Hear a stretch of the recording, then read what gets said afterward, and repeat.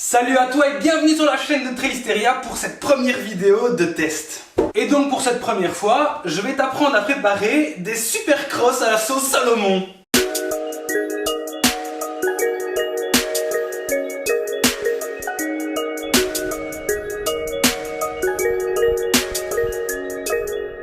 Alors pour commencer, prenez une casserole.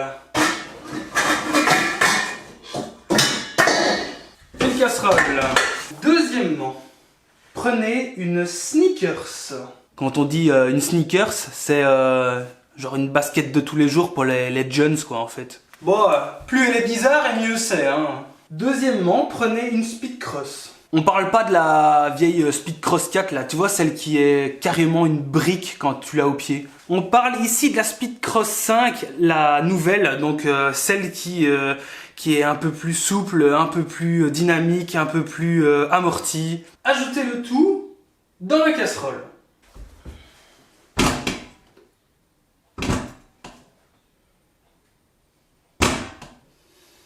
Ha!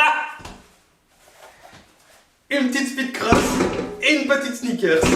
Attention toutefois, la taille de la chaussure finale sera en fonction de celle ajoutée en ingrédients. Ça va pas le faire. Boum!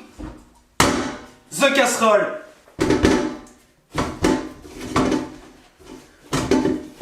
Laissez cuire à feu doux pendant 30 minutes. Bon, on en profite pour se boire un petit café du coup, hein. Et voilà!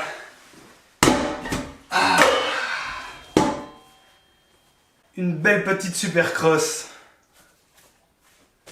Mais plus sérieusement, que vaut cette super cross? Alors je ne sais pas si vous le savez, mais en 2019, Salomon a procédé à un développement de sa gamme cross avec en fer de lance la Speed Cross que vous connaissez tous qui est à sa 5e génération. Sauf que maintenant, Salomon y a ajouté l'Alpha Cross qui est à destination des débutants et la Super Cross qui est à destination des coureurs occasionnels. Et vous vous demandez sûrement pourquoi j'ai démarré cette vidéo dans ma cuisine.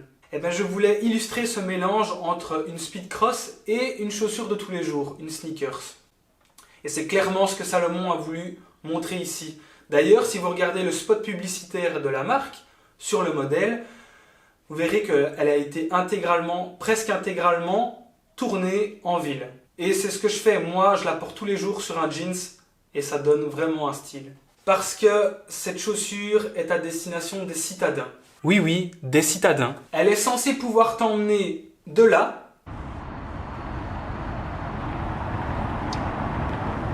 de ton immeuble en milieu citadin, jusqu'ici, à ton parc préféré,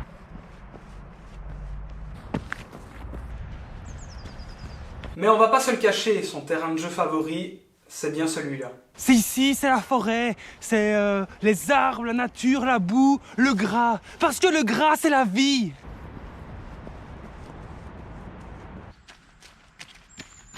Niveau spécificité technique, on va y passer rapidement.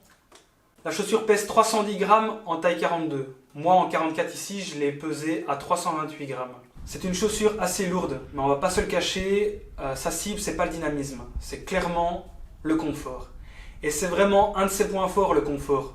De 1, avec son cushioning vraiment généreux, un amorti parfaitement maîtrisé, et niveau stabilité, ben, c'est vraiment ça.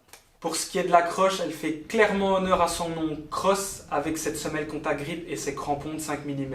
Alors, ici, cette chaussure est vendue à 110 €, un peu moins cher qu'une Speed Cross. Et donc du coup on a dû faire quelques concessions quelque part. Ne paniquez pas, la chaussure est d'assez bonne facture, les coutures sont sans bavure, les collages sont parfaitement collés. Maintenant, adieu la petite poche à lacets, votre lacet cuiclé se tiendra par un élastique en plein milieu des lacets. Maintenant, si je devais énumérer un seul point faible, ce serait clairement son manque de maintien au niveau de la cheville. Comme vous le voyez ici, la chaussure est fort échancrée sur la malléole. Et le pied a clairement tendance à plier la chaussure. Voilà, j'espère que ce test t'aura plu. C'est le premier d'une longue série, je l'espère. N'hésite pas à me dire en commentaire si tu as aimé, ce que tu penses de cette chaussure et clairement ce que je devrais changer dans ces vidéos-ci. N'hésite pas à mettre un petit pouce bleu, ça fait toujours plaisir. Et si ce n'est pas encore fait, abonne-toi. En attendant, je te dis à plus sur les sentiers.